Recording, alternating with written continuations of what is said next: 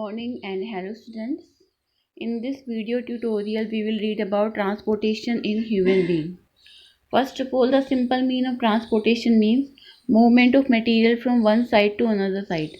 तो जैसे एक्चुअली जो इनटेक ऑफ फूड हम थ्रू द माउथ लेते हैं, digestion takes place in alimentary canal. अब जो डाइजेस्टेड फूड है दैट इज कॉल्ड ग्लूकोज. अब ये एलिमेंट्री कैनाल से डिफरेंट बॉडी पार्ट्स में कैसे जाएगा, क्योंकि जो ग्रोथ है या फूड सप्लीमेंट है वो एवरी बॉडी पार्ट को चाहिए फॉर देयर ग्रोथ.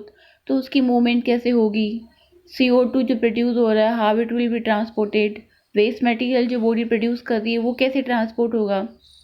तो इन सब के लिए जो हमारी बॉडी में एक सिस्टम होता है that is called transportation system, or you can say to it circulatory system. As like every system जो है it is made up of some types of organ as the same. जो ये जो circulatory system है it is made up of heart, blood vessels and a body fluid. body fluid का मतलब है body में प्रेजेंट होने वाले दो लिक्विड्स हैं. एक्चुअली फ्लूइड के अंदर गैस और लिक्विड दोनों कंटेंट आता है, बट यहाँ पे जो बॉडी के अंदर है that is called blood and lymph. ये जो दोनों हैं they are found in liquid form. The system of organs which carries out substances from one part to the another, as I told you, is called circulatory system. So now we are going to start each and every component of circulatory system. The number one is blood.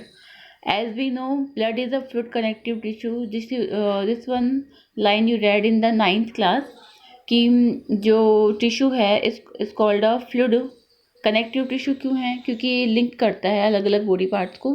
और fluid है क्योंकि ये liquid form में है. The part of blood plasma and blood cells या corpuscles you can say. जो blood plasma है ये तो लिक्विड पार्ट है and it forms 45% part. Blood cells granular 55% part, not 45, 55%, 55, and blood cells are granular part that forms 45% part. Blood cells जो हैं they further of three type: RBC red blood cells or erythrocyte, WBC white blood cells or leukocyte, and platelets or thrombocyte.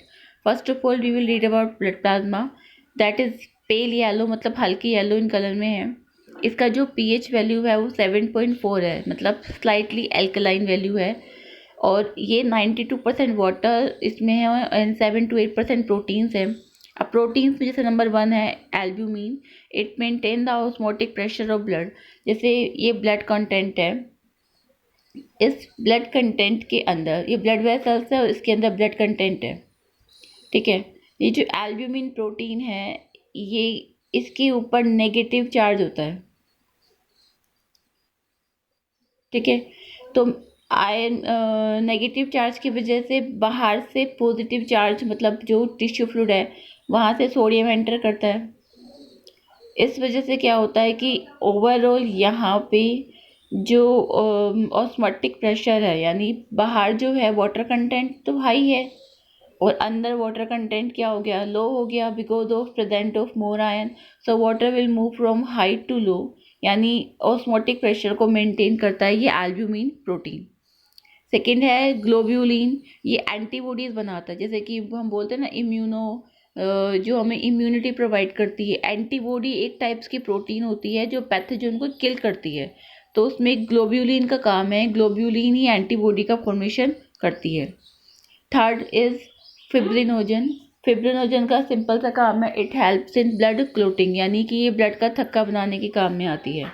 Blood plasma में इसके अलावा जो amino acids हैं, glucose है, hormones है, enzymes है, विटामिन्स है और नाइट्रोजीनियस वेस्ट जैसे कि यूरिया, यूरिक एसिड, जैसे which be release out through our excretory system, these are all present. Now the blood corpuscles like RBC. We know RBC red blood cells है. इसके अंदर एक रेड कलर का pigment है haemoglobin, जिसको अब हम HB से डिनोट कर सकते हैं. 1 haemoglobin can bind with 4 molecule of oxygen. ये हीमोग्लोबिन का एक फीचर है कि जो ऑक्सीजन को कैरी आउट करने का काम है ये हीमोग्लोबिन ही करता है. इसकी जो कंटेंट है सबसे ज़्यादा मिलती है ब्लड में और इसकी जो शेप है ये बायकॉनकेव शेप होती है. जनरली जब ये ओरिजिनेट होती है इसमें न्यूक्लियस होता है, but as it going to mature इसका जो न्यूक्लियस है वो डिसअपियर हो जाता है। तो we can say to it corpuscles also. Actually जो सेल वर्ड है वो यूज़ किया जाता है विथ न्यूक्लियस स्ट्रक्चर, लेकिन जो रेड ब्लड आरबीसी है उसमें न्यूक्लियस कुछ टाइम बाद डिसअपियर हो जाता है, तो हम इसे कॉर्पसल्स भी कह सकते हैं और हम इसे सेल इसलिए भी कह सकते हैं क्योंकि इसके अंदर अर्ली स्टेज के अंदर न्यूक्लियस होता है। सेकेंड इज WBC और ल्यूकोसाइट। ल्यूकोसाइट ये न्यूक्लिएटेड स्ट्रक्चर है। सेकेंड थिंग कलरलेस है और इसको हम कहते हैं सोल्जर ऑफ द बॉडी। जितने भी टाइप्स की जो WBC के भी बहुत सारे टाइप्स होते हैं, like B cell, T cell, memory cell, cytotoxic cell. इन सब का एक ही एम होता है कि जितने भी पैथोजन, जर्म्स, बैक्टीरिया एंटर कर रहे हैं इन आवर बॉडी उनको किल करना। That's why we can say that they provide protection against germs infection. Third are the platelets. Platelets also known as a thrombocyte. ये इस तरीके से क्लोटिंग बनाती हैं at the site of injury. ये देखो ये फाइबर्स की पैकेजिंग हो जाती है, जहाँ पे इस तरीके से पैकेजिंग हो जाती है फाइबर्स की at the site of injury. Blood को हम रिवर ऑफ लाइफ भी कह सकते हैं क्योंकि जितने भी कंटेंट हैं वो सब इस ब्लड में प्रेजेंट होते हैं, जैसे कि विटामिन है, हॉर्मोन्स है, जितना भी कंटेंट है, minerals, iron and all that, and through the blood they are transported to each and every part of the body. Second component of circulatory system is blood vessel. Vessels यानी कि which the tubes which carry the blood, they are 3: artery, veins and capillary.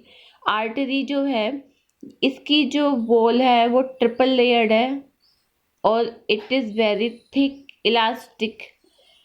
इसका main काम क्या है? जो artery है it carries blood away always from heart. Remember this point कि जो आर्टरी है उसका काम है ब्लड को हार्ट से दूर लेके जाना, और इसमें जो ब्लड है वो काफ़ी हाई स्पीड से भरता है। जैसे कि ये कोई पाइप है, इतनी हाई स्पीड से ब्लड जा रहा है, इसमें बहुत हाई स्पीड से जाता है। अब आर्टरी जो है उससे भी बड़ी होती है, जैसे ये हार्ट है, ये एक सिंपलर फॉर्म है हार्ट का। As I told you, artery जो है takes blood away from the heart. Away from जो हार्ट से निकलने वाली जो है सबसे बड़ी जो होती है that is called aorta. Okay, the largest is aorta, and when it enters into organ to supply the blood is called artery. Artery का मेन काम क्या है? It carries oxygenated blood.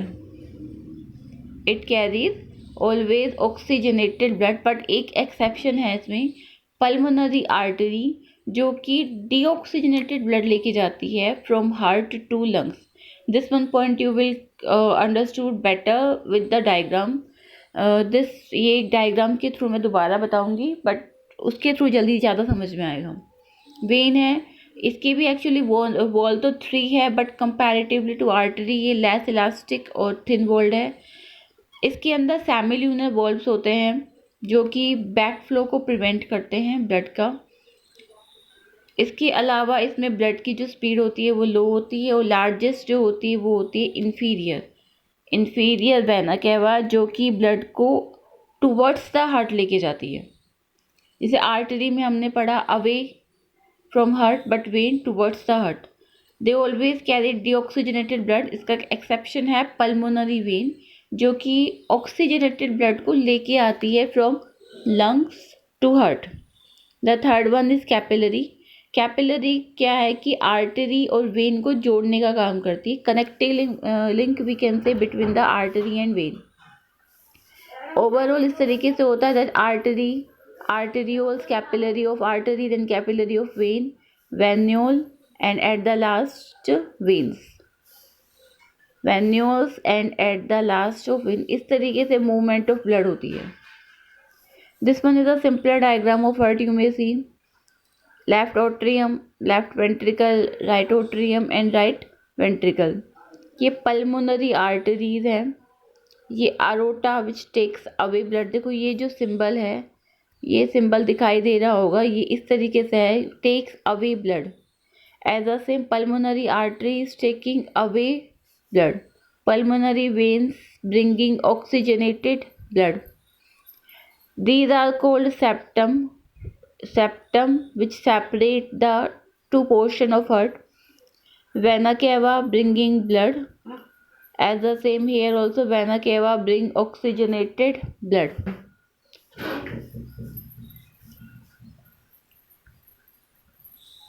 So this one diagram is also given in your book. Once read it and learn.